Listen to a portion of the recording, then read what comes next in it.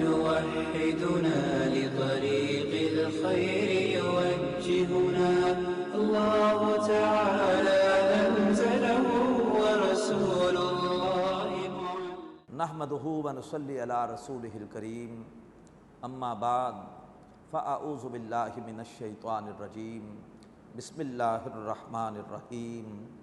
لقد نصرکم اللہ فی مواطن کثیرہ ویوم حنین اذ اعجبتکم کثرتکم فلم تغن عنکم شیئا وضاقت علیکم الارض بما رحبت ثم ولیتم مدبرین۔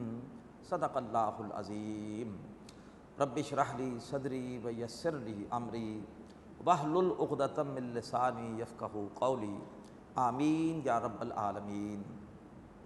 محترم حضرات اور معزز خواتین، سورہ توبہ کا چوتھا اور پانچواں رکوع اس سورہ مبارکہ کے پہلے رکوع کے ساتھ سن 9 ہجری میں حج کے موقع پر نازل ہوا۔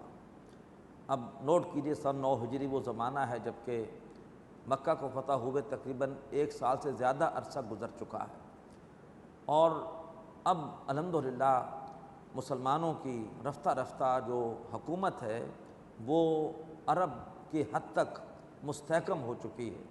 لہٰذا آپ اس حصے میں محسوس کریں گے کہ اب ایسے احکامات دیے جا رہے ہیں جو کہ ثابت کر رہے ہیں کہ اب واقعتاً مسلمان رفتہ رفتہ عرب پر مکمل ایک اختیار اور کنٹرول حاصل کر رہے ہیں۔ سب سے پہلے چوتھے رکوع کے شروع میں تبصرہ ہے ایک ایسے غزوے کی طرف جو فتح مکہ کے فوراً بعد ہوا، اور وہ ہے غزوہ حنین۔ مسلمانوں نے 8 ہجری میں مکہ فتح کیا، 10,000 صحابہ اللہ کے رسول کے ساتھ تھے اس موقع پر، اور فتح مکہ کے موقع پر الحمدللہ 2,000 مشرک انہوں نے توبہ کی اور دار اسلام میں داخل ہو گئے، تو مسلمانوں کی تعداد 10,000 سے بڑھ کر الحمدللہ 12,000 ہو گئی۔ اب اس کے بعد مکہ کے بالکل قریب شہر تھا طائف کا، یہ دونوں عرب کے ٹوئن سٹیز کہلاتے تھے، اور اب ضروری تھا کہ اس دوسرے بڑے شہر کو بھی عرب کے فتح کیا جائے۔ تو اللہ کے رسول صلی اللہ علیہ وسلم مکہ فتح کرنے کے بعد اب 12,000 کا لشکر لے کر طائف کی طرف بڑھے۔ اس وقت مسلمانوں کو ایک خیال آ گیا، اور وہ خیال یہ آیا کہ جب ہم 313 تھے تو ہم نے 1,000 کے لشکر کو بدر کے میدان میں شکست فاس سے دوچار کیا تھا۔ آج تو ہماری تعداد 12,000 ہے، آج ہمیں کون ہرا سکتا ہے؟ بس اس خیال کا آنا تھا کہ پھر اللہ نے ایک آزمائش سے گزارا، اور اللہ نے دکھا دیا کہ اہمیت تمہاری تعداد یا اسباب کی نہیں ہے، اہمیت اللہ تبارک و تعالیٰ کی مدد کی ہے۔ فرمایا لقد نصرکم اللہ فی مواطن کثیرہ، اللہ تعالیٰ تمہاری مدد کر چکا ہے اکثر میدانوں میں۔ ویوم حنین، اور حنین کے دن بھی، اذ اعجبتکم کثرتکم، جب کہ تمہیں اس روز تمہاری کثرت نے بڑا متاثر کر لیا تھا۔ فلم تغن عنکم شیئا، تو وہ تمہاری کثرت اس روز تمہارے کچھ کام نہ آئی۔ 2 قبیلے تھے حوازن اور ثقیف کے طائف میں، انہوں نے طے کیا کہ ہم نے کسی بھی صورت میں مسلمانوں سے شکست نہیں کھانی، لہٰذا وہ طائف سے پہلے ہی باہر نکل آئے اور آ کر مورچہ زن ہو گئے حنین کے مقام پر۔ اور مزید یہ کہ وہ اپنی عورتوں کو، اپنے بچوں کو اور اپنی بھیڑوں بکریوں کو بھی ساتھ لے آئے، کیوں؟ وہ جانتے تھے کہ مسلمانوں کا جو طریقہ ہے جنگ کا وہ یہ ہے کہ صرف وہی مرد اور عورتیں قیدی بنائے جاتے ہیں جو میدان جنگ میں ہوں، اور وہی مال غنیمت کے طور پر مسلمان حاصل کرتے ہیں جو میدان جنگ میں موجود ہو۔ تو انہوں نے اپنے گویا تمام جو قیمتی اثاثے تھے، اپنے تمام بکریاں بھیڑیں بھی، اور پھر یہ ہے کہ اپنی بیویاں اپنے بچے بھی ساتھ میدان میں لائے، تاکہ ان کے تمام لوگوں کو یہ احساس ہو کہ اگر ہم ہار گئے تو ہمارے بیویاں اور بچے مسلمانوں کے غلام اور کنیزیں بن جائیں گے، اور ہماری ساری بکریوں اور ہمارا سارا مال و اسباب مسلمانوں کے ہاتھ چلا جائے گا۔ تو گویا اپنا سب کچھ میدان میں لے آئے تاکہ تمام ان کے لوگ وہ ڈٹ کر بے جگری کے ساتھ مسلمانوں کا مقابلہ کریں۔ تو انہوں نے اپنی طرف سے تو بڑی بہادری کا اور جرأت کا مظاہرہ کیا، اور اس کے بعد وہ آ کر مورچہ زن ہو گئے حنین کے مقام پر۔ اب جیسے ہی مسلمانوں کا لشکر آگے بڑھا، ان کو اندازہ نہیں تھا کہ دشمن نے کیا ان کے خلاف ایک پوری کی پوری منصوبہ بندی کی ہے۔ جیسے یہ پہنچے ہیں حنین کے پاس، وہیں سے دشمن نے تیروں کی بوچھاڑ کر دی اور 12,000 کا لشکر اچانک تیروں کی بوچھاڑ سے ایک دم جو ہے وہ حواس باختہ ہو گیا، منتشر ہو گیا، اور اس کے بعد ادھر ادھر جو ہے وہ بھگدڑ مچ گئی۔ ایسے میں اللہ کے رسول کی ذاتی شجاعت کا مظاہرہ اب صحابہ نے دیکھا۔ اللہ کے رسول نے علم اپنے ہاتھ میں لے لیا، اپنی سواری سے نیچے اتر آئے، اور پھر اتر کر آپ نے رٹس پڑھا، انا النبی لا کذب ان ابن عبد المطلب، میں نبی ہوں، اس میں کوئی شک نہیں، اس میں کوئی جھوٹ نہیں، میں ہوں عبد المطلب کا بیٹا۔ اور اس کے بعد آپ نے پکارا، اے بدری صحابہ، اے اصحاب الشجرہ جنہوں نے میرے ہاتھ پر بیعت کی تھی صلح حدیبیہ کے وقت درخت کے نیچے، اور اس کے بعد جو ہے وہ مہاجرین کو بلایا، انصار کو بلایا، اور اس کے بعد رفتہ رفتہ پھر دوبارہ جو ہے وہ ذرا تھوڑا مسلمان سنبھلے، جمع ہوئے، پھر اللہ تعالیٰ کی طرف سے مدد آئی اور کامیابی حاصل ہوئی۔ لیکن اللہ نے یہ دکھا دیا کہ تعداد فیصلہ کن چیز نہیں ہے، فیصلہ کن چیز اللہ تعالیٰ کی مدد ہے۔ فرمایا اذ اعجبتکم کثرتکم، جب کہ تمہیں متاثر کیا تھا تمہاری کثرت تعداد نے، تو اس پر ناز کر رہے تھے کہ ہماری تعداد بہت زیادہ ہے۔ فلم تغن عنکم شیئا، تو تمہاری تعداد تمہارے کچھ بھی کام نہ آئی۔ وضاقت علیکم الارض بما رحبت، اور زمین اپنی وسعت کے باوجود تمہارے اوپر تنگ ہو گئی۔ ثم ولیتم مدبرین، اور پھر تم پیٹھ پھیر کر بھاگے۔ ثم انزل اللہ سکینتہ علی رسولہ، پھر اللہ تبارک و تعالیٰ نے اپنی طرف سے خاص تسکین نازل کی اپنے رسول صلی اللہ علیہ وآلہ وسلم پر، وعلی المؤمنین، اور مومنوں پر نازل کی۔ وانزل جنودا لم تروہا، اور اللہ تعالیٰ نے ایسے لشکر اتارے کہ جن لشکروں کا مسلمانوں تم نہیں دیکھ سکتے تھے۔ اشارہ ہے اللہ کی طرف سے فرشتوں کی مدد، جو فرشتے اللہ نے بھیجے ان کے ذریعے سے مدد کی اس کی طرف۔ وعذب الذین کفروا، اور اللہ تبارک و تعالیٰ نے عذاب دیا ان لوگوں کو جنہوں نے کفر کیا تھا۔ وذالک جزاء الکافرین، اور کافروں کا یہی بدلہ ہے۔ ثم یتوب اللہ من بعد ذالک علی من یشاء، اور پھر اللہ تعالیٰ اس کے بعد جس پر چاہے گا نظر کرم کرے گا، اسے اللہ تعالیٰ توبہ کی اور اسلام قبول کرنے کی توفیق دے دے گا۔ واللہ غفور الرحیم، اور اللہ بہت بخشنے والا اور رحم فرمانے والا ہے۔ یا ایھا الذین آمنوا، اے لوگو جو ایمان لائے ہو، انما المشرکون نجس، بے شک یہ مشرک نجس ہیں، ناپاک ہیں۔ فلا یقربوا المسجد الحرام بعد عامہم ھذا، تو اب یہ مسجد حرام کے قریب نہ آنے پائیں اس سال کے بعد، بس یہ آخری سال ہے۔ یہ بات اس سے پہلے عرض کی گئی تھی کہ 8 ہجری میں جو حج ہوا تھا اس میں مسلمان اور مشرک دونوں شریک تھے، اور حج کے انضامات مشرکین کے ہاتھ تھے، اللہ کے رسول نے ان سے نہیں لیے تھے۔ 9 ہجری میں جس موقع پر یہ آیتیں نازل ہو رہی ہیں، اس موقع پر بھی مسلمان اور مشرکین دونوں نے ایک ساتھ حج کیا، اور یہ کہا گیا کہ یہ بس آخری حج ہے جو کہ مشرکین اس وقت مسلمانوں کے ساتھ کر رہے ہیں۔ اس سال کے بعد اب انہیں دوبارہ اس جگہ پر حج کی اجازت نہیں ہوگی۔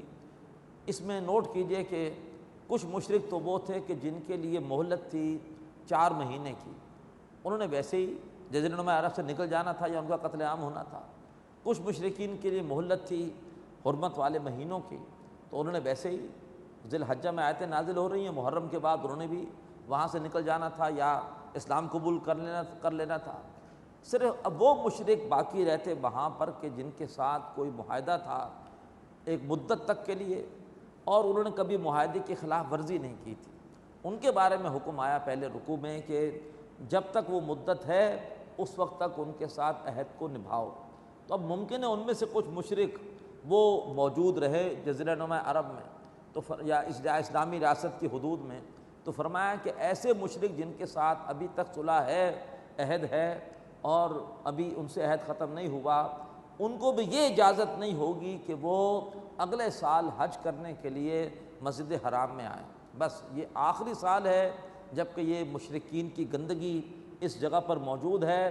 اب آئندہ کے لیے مشرکین کی گندگی سے اللہ کا گھر اب یہ پاک رہے گا۔ تو فرمایا مشرکین نجس ہیں، مشرکین گندگی ہیں، فلا یقرب المسجد الحرام بعد عامہم ھذا، پس وہ مسجد حرام کے قریب بھی نہ آئیں اس سال کے بعد۔ یہ ہے سورت جس کا نام ہے المخزیہ، رسوا کرنے والی سورت۔ اس سورت نے رسوا کر دیا مشرکین کو، منافقین کو اور اہل کتاب کو۔ آگے منافقین کی رسوائی کا مضمون بھی آ رہا ہے اور اہل کتاب کی رسوائی کا مضمون بھی آ رہا ہے۔ مشرکین کی رسوائی کا مضمون اب یہاں پر مکمل ہو رہا ہے۔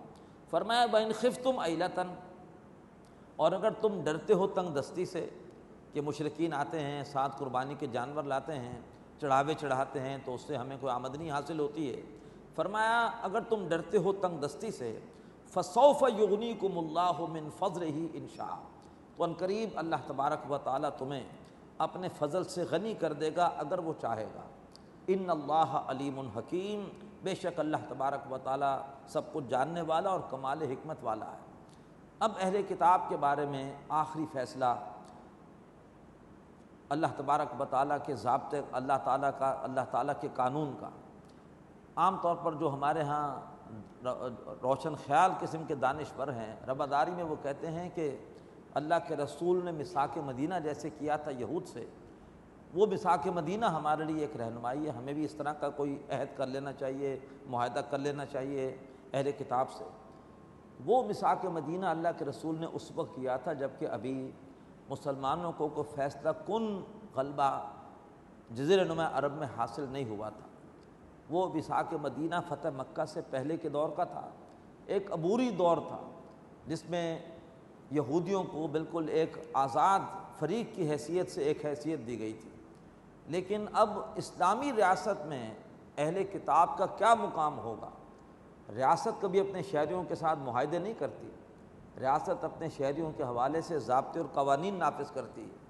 ابھی اسلامی ریاست قائم ہوئی نہیں تھی، لہٰذا یہودیوں کی عدالتیں بھی الگ سے قائم تھیں، یہاں تک کہ بعض منافق، ہم نے پڑھا سورہ نساء میں، کہ اپنے فیصلے بجائے اللہ کے رسول سے کرانے کے وہ جا کر کراتے تھے یہودیوں کی عدالتوں سے۔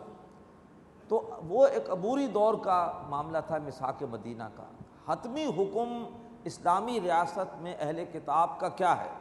اور صرف اہل کتاب نہیں بلکہ اب تو جو بھی غیر مسلم ہوگا اس کے بارے میں حتمی حکم اسلامی ریاست میں کیا ہے وہ یہ آ رہا ہے۔ جب بھی اسلامی ریاست قائم ہوگی غیر مسلموں کے ساتھ یہ معاملہ ہوگا جو سورہ توبہ کی آیت 29 میں آیا۔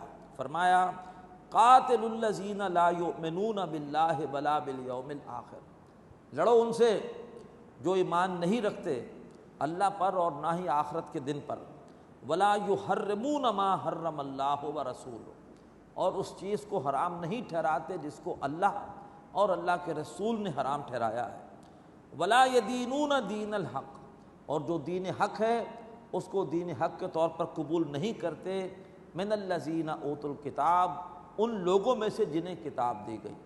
یہ ہے اہل کتاب کے بارے میں حکم۔ اہل کتاب کے جرائم کیا ہیں؟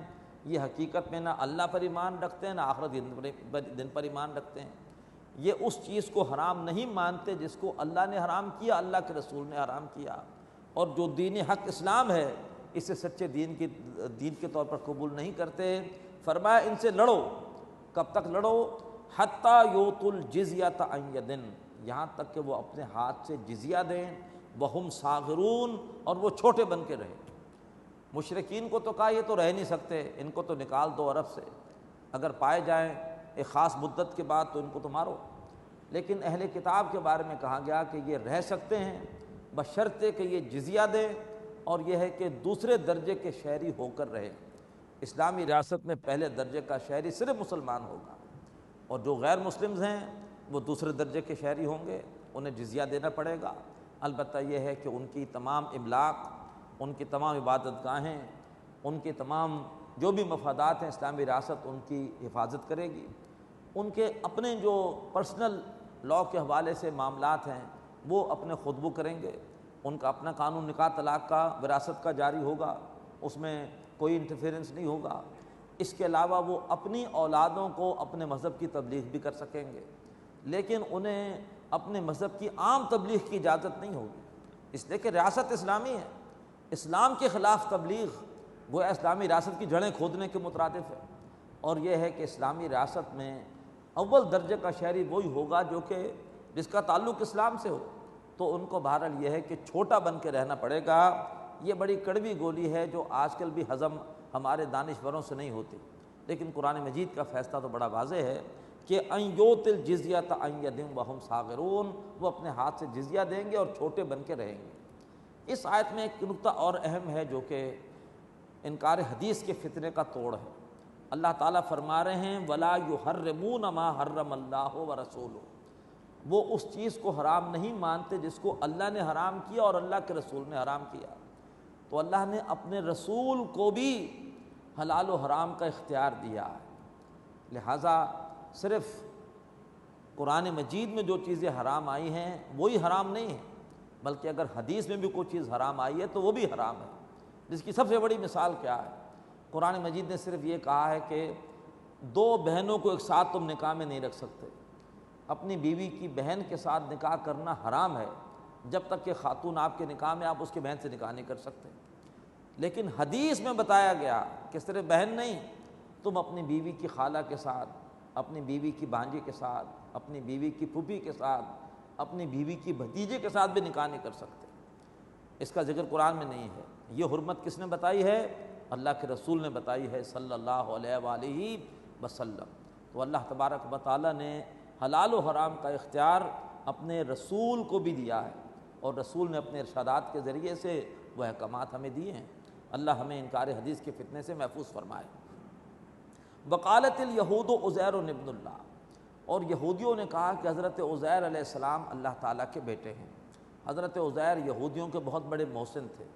جب بخت نصر کے ہاتھوں یہودیوں پر تباہی آئی تو اس کے بعد جب ایران کے بادشاہ کہ خورس یا سائرس یا قرآن مجید کی اصطلاح میں ذوالقرنین کے ذریعے سے جب یہودی آزاد ہوئے ہیں کلدانیوں کی قید سے اور دوبارہ بیت المقدس آئے ہیں، تو اس وقت حضرت عزیر ہی تھے کہ جنہوں نے پھر سے یہودیوں میں تبلیغ کر کے، ایمان کی اصلاح کی تحریک برپا کر کے ان کو پھر سے یوں سمجھیے کہ ایک زندہ قوم بنا دیا۔ تورات کو یاداشت کی بنیاد پر دوبارہ جمع کیا، اور اس کے بعد جتنے بھی کلدانیوں کے ساتھ رہنے کی وجہ سے مشرکانہ عقائد یہودیوں میں آ گئے تھے ان کی اصلاح کی، اور اس کے بعد ان میں ایمان کی ایک روح پھونک کر ان میں جذبہ جہاد پیدا کیا، اور وہ قوم دوبارہ سے پھر عروج کی طرف جو ہے وہ گامزن ہوئی۔ تو یہودی بہت بڑا ریفارمر سمجھتے تھے حضرت عزیر کو، اور بعض یہودیوں نے حضرت عزیر علیہ السلام کو اللہ کا بیٹا قرار دے دیا۔ سب نے نہیں کہا، لیکن بعض یہودیوں کے بعض گروہ ایسے تھے جو ان کو اللہ کا بیٹا قرار دیتے تھے۔ اللہ تعالیٰ نے اسی کی یہاں پر جو ہے وہ مذمت کی ہے کہ وقالت الیہود عزیر ابن اللہ، یہود نے کہا کہ عزیر اللہ کے بیٹے ہیں۔ وقالت النصارى المسیح ابن اللہ، اور عیسائیوں نے کہا کہ حضرت مسیح یعنی حضرت عیسیٰ علیہ السلام اللہ کے بیٹے ہیں۔ ذالک قولہم بافواہہم، یہ ان کے منہوں کی باتیں ہیں، ان کے پاس اپنے ان باتوں کے لیے دلیل کوئی نہیں ہے۔ کسی کتاب میں اللہ نے یہ بات نازل نہیں کی کہ یہ اللہ کے بیٹے ہیں، انہوں نے اپنے پاس سے بات گھڑ لی ہے۔ یضاہئون قول الذین کفروا من قبل، اور یہ اصل میں نقل کر رہے ہیں، ریس کر رہے ہیں ایک ایسے لوگوں، ایک ایسی قوم کی کہ جنہوں نے اس سے پہلے کفر کیا ہے۔ اشارہ ہے وہی اس سے پہلے بھی آ چکا سورۃ المائدہ میں کہ ایک تثلیث یونانی فلسفیانہ مذاہب میں بھی تھی کہ تین چیزیں شروع سے قدیم ہیں۔ اللہ بھی قدیم، اللہ تو نہیں کہتے وہ، خالق بھی قدیم، مادہ بھی قدیم، روح بھی قدیم۔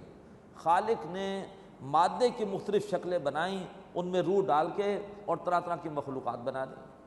تو یہ بھی تثلیث ہے ایک گمراہ کن عقیدہ۔ ایسی تثلیث عیسائیوں نے بھی اختیار کر لی، اور انہوں نے بھی بنا لیے تین ہی معبود، لیکن یہ کہ صرف معبود ہیں مختلف۔ فرمایا یہ ریس کرنے لگے ہیں، نقل کرنے لگے ہیں ایسے لوگوں کی قول کی جنہوں نے ان سے پہلے کفر کیا تھا۔ قاتلہم اللہ، اللہ انہیں ہلاک کرے۔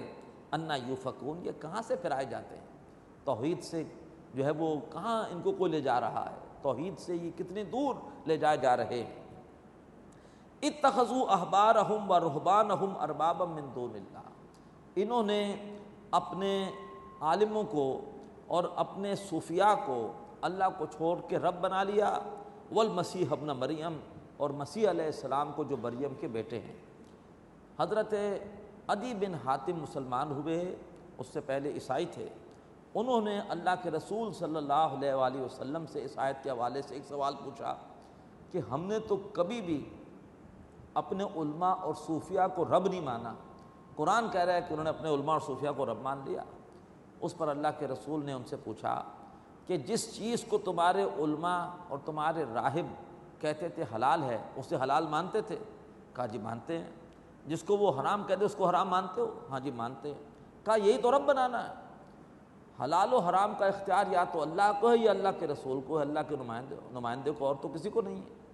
یہ گمراہی پیدا کی عیسائیت میں سینٹ پال نے جو بھی غلط عقیدے عیسائیت میں داخل کیے، کفارے کا عقیدہ ہو، تثلیث کا عقیدہ ہو، اس کے ساتھ ہی اس بدبخت نے یہ بھی کہا کہ شریعت ساقط، کوئی شریعت نہیں ہے، شریعت کی وجہ سے آدمی خواہ گلٹی کانشیس ہوتا ہے، یہ حلال ہے یہ حرام ہے، پریشان رہتا ہے۔ باقی جو تمہیں کوئی مسئلہ پوچھنا ہو، کسی مسئلے کا حل تم نے جاننا ہو، تو اس کا اختیار مذہبی رہنما کو ہے۔ مذہبی رہنما جس چیز کو چاہے حلال کر دے، جس چیز کو چاہے حرام کر دے۔ پروفیسر یوسف الدین چشتی صاحب نے اس پر ایک شعر میں تصرف کیا تھا کہ بجا کہے جسے پاپا اسے بجا سمجھو، زبان پوپ کو نکارہ خدا سمجھو۔ بس جو پوپ کہہ دے وہ حلال ہے، جس کو پوپ حرام کہہ دے وہ حرام ہے۔ تو کہا کہ کیا تم اپنے علماء اور اپنے راہبوں کو درجہ نہیں دیتے تھے کہ جس چیز کو حلال سمجھیں حلال، جس چیز کو وہ حرام کہیں وہ حرام، جس کو حلال کہیں وہ حلال؟ کہا کہ ایسا تھا۔ فرمایا یہی رب بنانا ہے، حلال و حرام کا اختیار اللہ کو ہے یا اللہ کے نمائندے رسول کو ہے۔ وما امروا الا لیعبدوا الہا واحدا، اور انہیں حکم نہیں دیا گیا تھا مگر یہ کہ وہ ایک معبود واحد کی عبادت کریں، لا الہ الا ہو، اس معبود واحد کے سوا کوئی معبود نہیں، سبحانہ عما یشرکون، اور وہ اللہ تبارک و تعالی پاک ہے اس شرک سے جو کہ وہ کر رہے ہیں۔ یریدون ان یطفئوا نور اللہ بافواہہم، وہ چاہتے ہیں کہ اللہ کے نور کو اپنے منہ کی پھونکوں سے بجھا دیں۔ یہ اشارہ ہے یہود کی طرف۔ یہود انتہائی بزدل، مشرکین مکہ تو میدان میں آ کر مسلمانوں کا مقابلہ کرتے رہے، یہود میدان میں آ کر مقابلہ کرنے کی ہمت نہیں کرتے تھے، لیکن سازشیں کرتے تھے، کبھی مشرکین مکہ کو اکسا رہے ہیں، کبھی غطفان کے قبائل کو اکسا رہے ہیں۔ اس کو کہتے ہیں منہ کی پھونکوں سے کسی چراغ کو بجھانا، یہ ہے سازشوں کے ذریعے سے جو ہے وہ کسی کے خلاف کوئی کارروائی کرنا۔ تو فرمایا وہ چاہتے ہیں اللہ کے نور کو بجھا دیں اپنے منہوں کی پھونکوں سے۔ وَيَأْبَى اللَّهُ إِلَّا أَن يُتِمَّ نُورَهُ، اور اللہ تعالیٰ ہرگز قبول نہیں کرے گا مگر یہ کہ وہ اپنے نور کو مکمل کر کے رہے گا، وَلَوْ كَرِهَ الْكَافِرُونَ، خواہ ان کافروں کو کتنا ہی ناپسند ہو۔ اس آیت کے حوالے سے ایک شعر بڑا پیارا ہے مولانا ظفر علی خان کا کہ نور خدا ہے کفر کی حرکت پہ خندہ زن، پھونکوں سے یہ چراغ بجھایا نہ جائے گا۔ اور علامہ اقبال نے اسی آیت کے حوالے سے بڑا پیارا شعر کہا کہ وقت فرصت ہے کہاں، کام ابھی باقی ہے، نور توحید کا اتمام ابھی باقی ہے۔ اللہ تعالی ہمیں اس اتمام کے لیے محنت کرنے کی توفیق عطا فرمائے۔ اللہ اپنے نور کا اتمام کر کے رہے گا، یہ چمن معمور ہوگا نغمہ توحید سے۔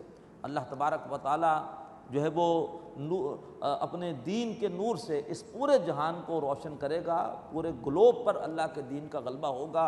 اللہ کے رسول نے اس کی بشارت دی ہے، فرمایا اللہ اپنے نور کو پورا کر کے رہے گا، مکمل کر کے رہے گا، خواہ ان کافروں کو کتنا ہی ناپسند ہو۔